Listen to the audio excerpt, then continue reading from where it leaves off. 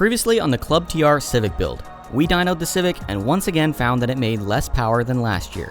We then began by tearing down and removing all of the interior and drivetrain to make the car prepped for a cage.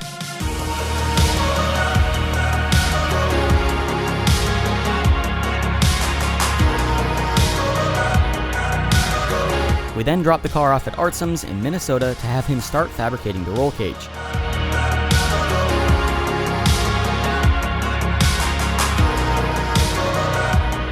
We're going all out this year, all sponsored by Advance Auto Parts.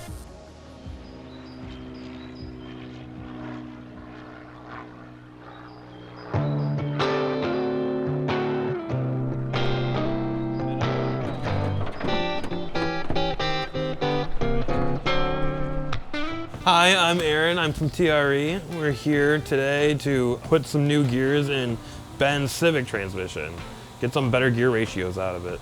So these are GearX gears that we have here. They're rated to 500 torque or something like that, which is good. We got a closer ratio gear set here, and it's gonna be a whole lot better for Ben on the track. Shorter gearing, the gears aren't as widely spaced apart speed-wise. You know, when you run out, let's say third gear going for fourth gear, you go to fourth gear, you might find yourself too far down off your power band. Where if that gear, you know, kept that engine up in its peak portion of the power band, you're not having to get back into the power band to maximize your acceleration. Well, definitely something has gotten in here and torn up this metal shield on this thing and messed up the race. This thing has got, feel this, oh, we got a busted tooth. You got a tooth right off a gear in this thing. Here's a tooth. It's on the magnet. Unfortunately, as we continued to tear down the transmission, we reached the differential, where there were more signs of damage. Okay, we've got some debris that's been going through this thing. You can see some pretty large component or fragments of metal that are getting smashed up inside of this differential. So it'd be interesting to see where these guys are coming from. You can see these fragments in here as well. Well, that's not good. This differential is failing. I found it here, take a look at this. The inner tangs on here are broken right off, okay? See this right here? This is supposed to have tangs which match these guys here, and they're not. Okay, they've sheared right off. And this has put a lot of metal through the differential. We're seeing it right here. This is ending up inside of the transmission passing through the gears. This guy was making contact right here.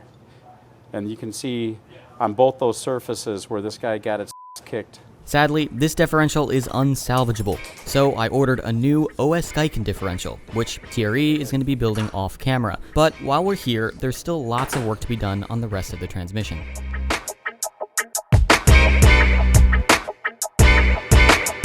Here, I'm gonna corner around the gears right now. We really don't want it to make contact out here. There's a lot of leverage out here at this point. So imagine if it loads the gear up here and it's all over here. You would rather have it way down lower, kind of like a diving board. Imagine having it way back and a bunch of spring happening, or moving it way up and it just doesn't move as much because it's a lot more rigid. The less spring and movement, the better for this case, because we don't want to pull a gear tooth off.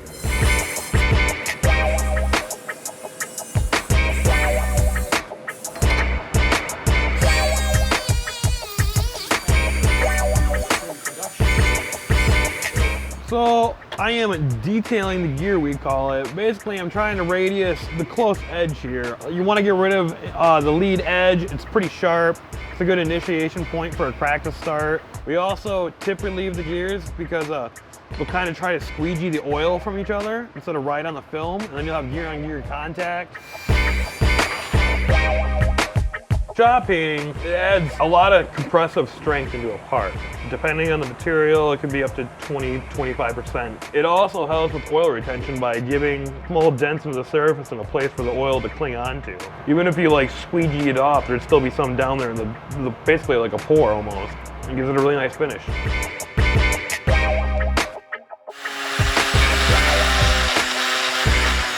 John and Aaron at TRE truly go the extra mile when it comes to building transmissions. If we had John explain every step of the process, this video would be multiple hours long. We are only highlighting some of the unique steps that TRE takes to ensure transmission reliability and longevity. I can honestly say that, with the isotropic super finishing, one of the biggest improvements that we see is reduction in temperature. We did a Honda Insight transmission for Aaron's car. I want to say Aaron picked up like right off the bat with nothing else changed. We pulled the transmission out, put that one in, like 2 miles per gallon better. I mean, that's something in that car right there. The other thing is that you maintain keep transmission temperatures down. It's just like keeping brakes temperature down or keeping tire temperature down. You're going to be able to race it that much harder before you're starting to run into problems related to temperature. How does that help with power output? It's going to be more power coming out of the transmission. If you're saying that the transmission robs 10% loss to parasitic drag in the transmission, if we can do an honest 2% reduction for every 100 horsepower, a 2% reduction in parasitic loss in the transmission is going to equate to 2 more horsepower coming out of that transmission.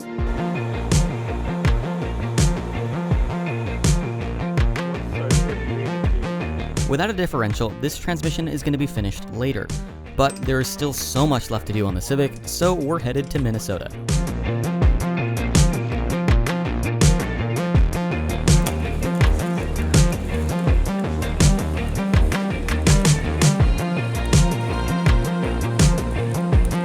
Alright, so we got an 8-point cage here. 8-point means we have 8 point of attachment to the chassis. I will start from the back. Here we have 2 plates to the strut towers to distribute the rear support bars for the main hoop, braced with an X brace to make sure the hoop can go in any funny directions in the case of a rollover. If you go towards the front, we got main hoop attachment points, it's rocker boxes, and then A-pillar attachment points, which rocker boxes as well. We have anti-intrusion bars, or foot bars sometimes what people call them. Those are also 2 attachment points to the front firewall, which prevents your wheels from coming in the event of accident. With the door bar design, Ben really wanted his window cranks to work. So they are a little on the higher side, but that's to clear the window cranks. Door bars are really tight, basically touching the door here. As much space as we can without removing the glass at this point. We're still working on harness bars, I guess. It's the last piece, so we got to put in. And after that, it's a wrap.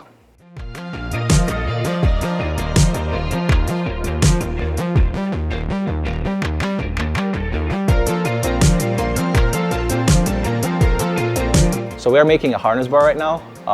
It's 2 pieces because it's split across the diagonal. The biggest things you gotta make sure is your harness angles are right. You want to be from anywhere from 0 to -15 degrees down for the harness angle. There's rules on that. You can look it up for different harness manufacturers. They recommend the angles, but usually it's -15 degrees is kind of a golden rule. So we got 2 copes. Just make sure it's level. I guess that's about it.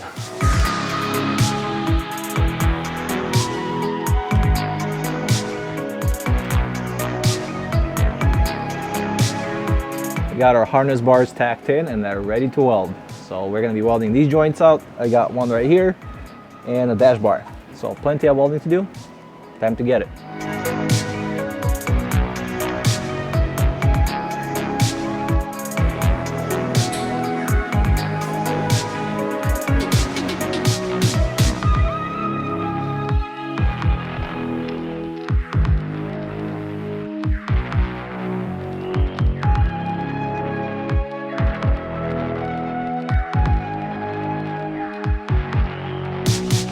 Now the cage is done, my favorite part. I think the axis, the symmetry of the whole thing really pops. It has a really great visual appearance to it. Axis means triangulation, so the more triangulations, the safer you are. So ended up fitting really nice. The B-pillar gussets make a nice accent and help rigidity. So I think it's a very eye-pleasing cage and it's very, very safe. So.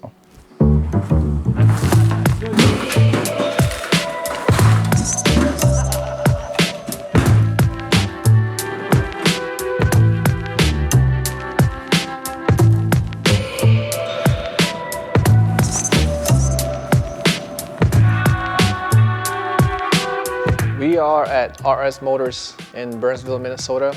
We are rebuilding a cylinder head for a K24A2. We're going to resurface it, make sure it has a flat surface again, doing a head gasket job, and also check the valves, make sure they're good, and the valve seats.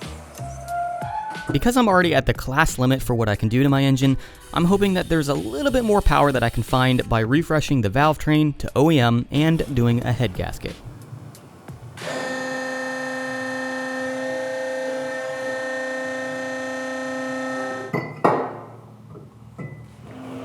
This is how we zero the head. So this one's low, like half a valve, which is actually perfect.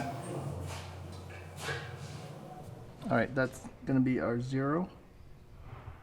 And then what I put it down to is how much we're gonna cut. And each small line is half a thou. So we're gonna go just about a thou and a half.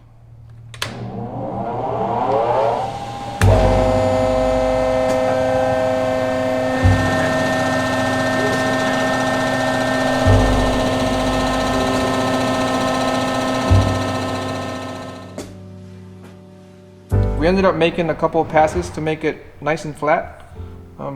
Still have plenty of life left according to the limit of the head, so we should be good. It's a pipe with a magnet inside.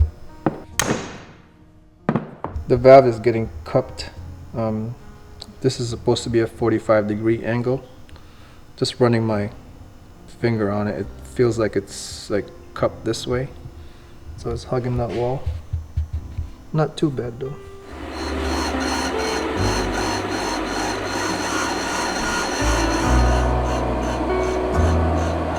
Right now we are cutting the valves to make them perfectly round again, and the seat symmetric all the way around.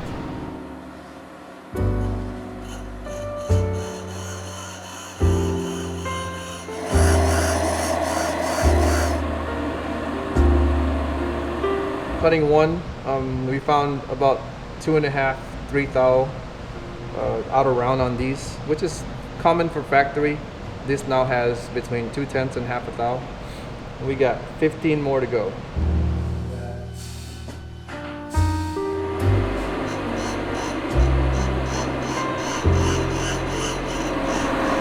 That was the best valve yet.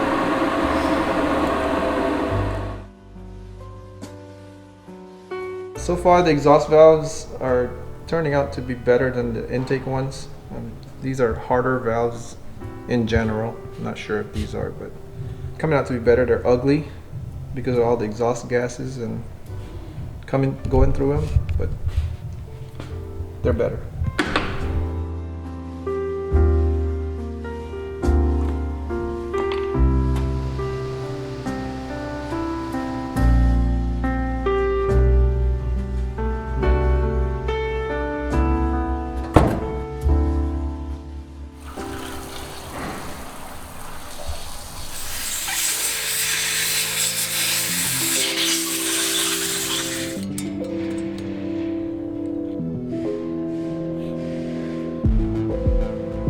We are cleaning the seats.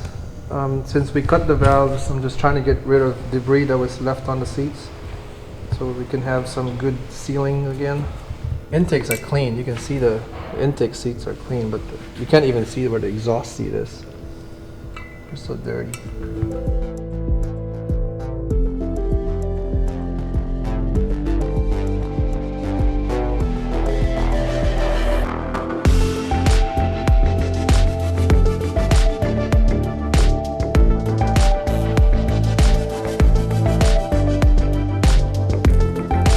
Now that all of the work from Artsum and RS Motors is done, it's time to take all of the parts to Andy at ASM to reassemble the car and see how much power we can make.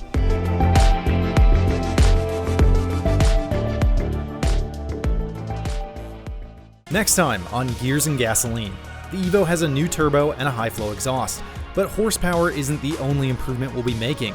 We upgrade the factory suspension geometry, put the Evo on a new, wider set of wheels, and finally see how much power Lana makes on a 3.5-inch exhaust. all on the next episode of the Evo Build series.